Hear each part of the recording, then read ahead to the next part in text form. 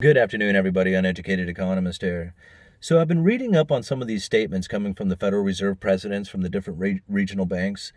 And one of the common things you're starting to hear is that there's going to be 32% unemployment.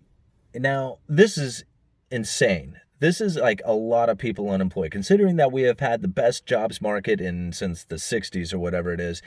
And unemployment was down at 3.5%. Going to 32% is going to be it's going to be a lot of people unemployed.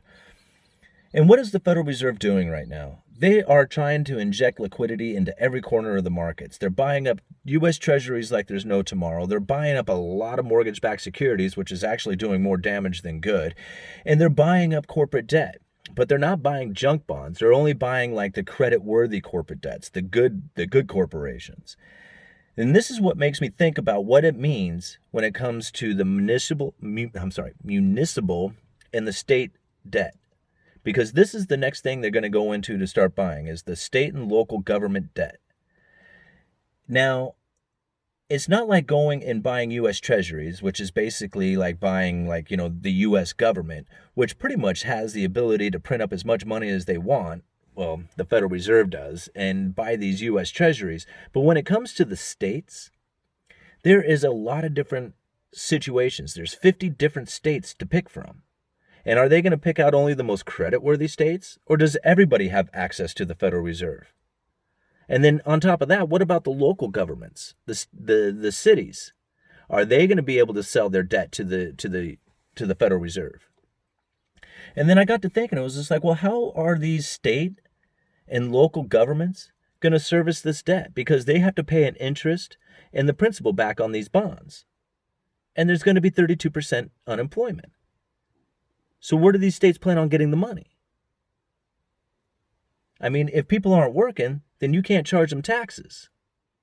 And if there's no taxes being paid because everybody's unemployed, then they're not going to be able to pay back these bonds. So is the Federal Reserve entering into like a one-way street where they're like, well, we just have to just keep buying these bonds over and over again, regardless of how many people are working or not, because the people who are going to need the money the most are going to be the states that have the most unemployment. Even by their own admittance, 32% unemployment. This is going to be a very dangerous situation. I don't know what it is that the Federal Reserve plans on doing to exit out of this game. I mean, what are these states going to do with the money? I mean, even if they try and inject this into their own economies, how is it that they're going to be, getting a return on their investment? I mean, when you borrow money and then you go and invest it into your infrastructure, after you build the roads and buildings and do stuff like that, how do you get the return on investment? You're going to have to get it from the people, and hopefully they'll be working. But are you going to get it out of the businesses that are being created? No, because businesses right now are failing like crazy because everybody's locked up in their houses. So even if you get these states a bunch of money, you give them okay, hey, we're going to buy your bonds. And now you take your bonds and you go and you invest it back into your state. What are they going to do? Give it to businesses like, here, take this money and then go and rebuild your business so that you can hire people, so that they can pay taxes, so that we can pay back the bonds? 32% unemployment. This is the admittance. This is the Federal Reserve admitting that we're heading into some really bad times. And anything that I have ever read from the Federal Reserve, when they try to give forward guidance, they suck at it. Remember Ben Bernanke said that, there's never been a nationwide, collapse in housing, or, I forget exactly how he put it. He said that it was contained to the subprime. I remember Ben Bernanke was trying to downplay the housing market before the financial crisis. And when it finally hit, all housing crashed at the same time. They totally got it wrong. And now they're admitting that there's going to be 32% unemployment. How bad do you think it's really going to get? Anyway, there's a couple of articles I'll leave down in the description, And one of them is for this guy. This is one that really tripped me out. He's calling this a fake recession.